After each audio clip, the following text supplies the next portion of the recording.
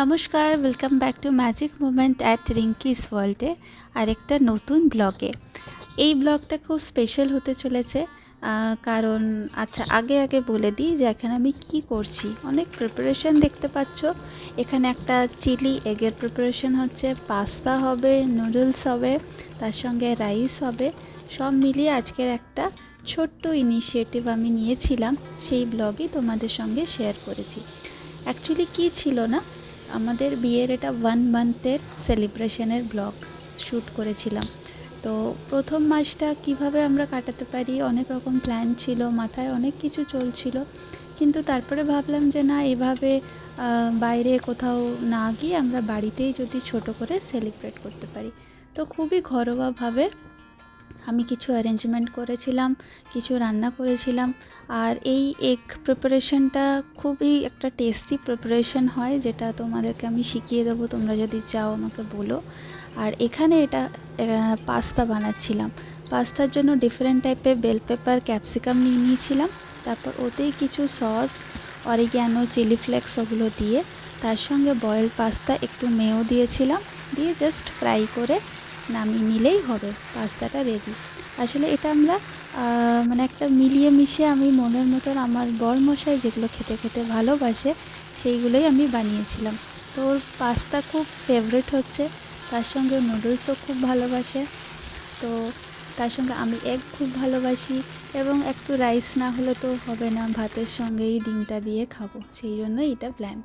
আর এখানে দেখো, একটা আমি সারপ্রাইজ অ্যারেঞ্জ করেছিলাম ওর জন্য, একটা বুকে অর্ডার দিয়েছিলাম অনলাইনে। তো বুকেটাও চলে এসেছে। আমরা খুব প্রথম এসে জাস্ট তখনও পুরো সেট হয়নি, তো তার মধ্যেই কিভাবে করতে পারি সেই জন্য অনলাইনেই বুকেটা অর্ডার করেছিলাম। তো বুকেটা এসে গেছে, ও অফিস থেকে এলে পরে আমি দেব। আর এখানে দেখো, আমি একটা খুব সিম্পল ইজি একটা পিস রাইস বানিয়েছিলাম, যেটা খুবই ইজি, তাড়াতাড়ি হয়ে যায়, খুব একটা মেহনত লাগে না। আর নুডলসটা আগেই সেদ্ধ করে রেখেছিলাম, প্রথমেই দেখালাম। এবারে জাস্ট মশলা দিয়ে নুডলসটাকে ফ্রাই করলেই হবে। এটা ওই কোরিয়ান নুডলস হচ্ছে। কোরিয়ান নুডলসটা দু রকমের একটা সস থাকে, ওটাকে জাস্ট মিক্স করে নেড়ে দিলেই কিন্তু হয়ে যায়। তো চটপট করে রান্নাগুলো ও আসার আগে আমাকে রেডি করে রাখতে হবে, যাতে এলে পরে খাবারটা গুছিয়ে ভালো করে সুন্দর করে দিতে পারি। তো দেখো, এই দুটো সসের প্যাকেট ছিল, এইগুলোই দিয়ে দিয়েছিলাম। পুরোটা দিইনি, তোমরা নিজেদের পছন্দ অনুযায়ী দিতে পারো যে কার কীরকম কতটা স্পাইসি লাগে। তো আমি মিডিয়াম স্পাইসি বানিয়েছিলাম। ওখানে পাস্তাটাও হয়ে গেছে, এখানে নুডলসটাও রেডি, আর বাকি সব প্রিপারেশনও ডান।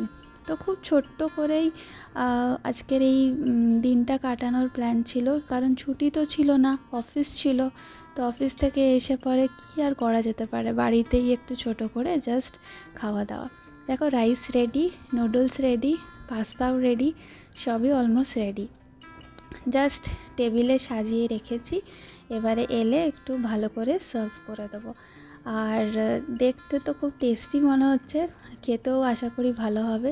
সব রান্নাগুলোই এখানে টেবিলে এনে রাখলাম, যাতে দেওয়ার সময় আরেকবার গরম করে নেবো, কারণ কড়াই থাকলে সুবিধা হবে গরম করতে। তো এইভাবেই জাস্ট এখন আমি ওয়েট করছি যে ও কত তাড়াতাড়ি আসবে আর আমরা একটু সেলিব্রেট করতে পারবো।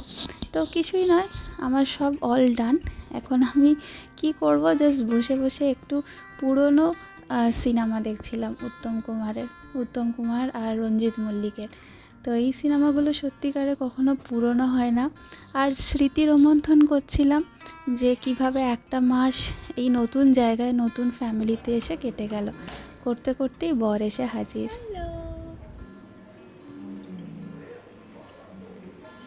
কেমন গেল সারাদিনটা? তাই নাকি? ওকে। 1 মান্থ ম্যারেজ অ্যানিভার্সারি, তুমি বলো, বলো। আর এখানে দেখো, এখানে আমি টেবিলের মধ্যেই ছোট্ট করে সাজিয়েছি। দুটো ব্রাউনি এনেছিলাম, কেক, আর কিছু চকলেটস এনেছিলাম যেগুলো ও ভালোবাসে। এখানে এফএনপি থেকে আমি অর্ডার করেছিলাম বুকেটা, তো এফএনপি থেকে একটা খুব সুন্দর নোট দিয়েছে। আমিও রেডি, কিচ্ছু না, মাকেও বললাম, আমার শাশুড়ি মাকেও বললাম যে একটা শাড়ি পরে নাও, একটু চেঞ্জ করে নাও, একটু ছবি টবি তুলবো, বাস তারপরে ছোট্ট করে কেক কেটে ওকে বুকেটা দেব। এবং তারপরে আমরা এই যে রান্নাবাড়ি করেছি আমি, সেটা আমরা সবাই মিলে খাবো। এইভাবেই আমরা সেলিব্রেট করেছিলাম। একটা মাস বিয়ের মানে কমপ্লিট হলো, তখন একটা আলাদাই একটা মানে এক্সাইটমেন্ট থাকে যে কিভাবে করলে ইমপ্রেস করতে পারবো, আরও ওকে সারপ্রাইজ করতে পারবো। তো যথাসাধ্য যতটুকু পেরেছি ততটুকুই করেছি। সবারই কেমন লাগলো? আমাদের খুব ভালো কেটেছে দিনটা, আমারও খুব ভালো লেগেছিল। আর তোমাদের কেমন লাগলো তোমরা অবশ্যই বলো, কারণ তোমাদের কমেন্ট পড়তে আমার খুব ভালো লাগে। আর এই সুন্দর ফুলটা দিয়ে আমি ব্লগটা এখানেই শেষ করছি। সবাই খুব সুস্থ থেকো, ভালো থেকো, আর আমাদেরকে আশীর্বাদ করো আমাদের যেমন আগামী দিনগুলো খুব ভালো যায়, আর আমরা খুব ভালোভাবে দুজনে দুজনের পাশে থেকে আমাদের লাইফটা, জীবনটা সুন্দরভাবে কাটাতে পারি। সবাইকে অনেক অনেক অভিনন্দন, সবাই খুব ভালো থেকো। আবার দেখা হবে পরের কোনো ব্লগে, পরের কোনো নতুন এক্সাইটমেন্টে, নতুন কোনো খবরের সঙ্গে। ওকে, সবাই খুব ভালো থেকো, টাটা, আবার দেখা হবে।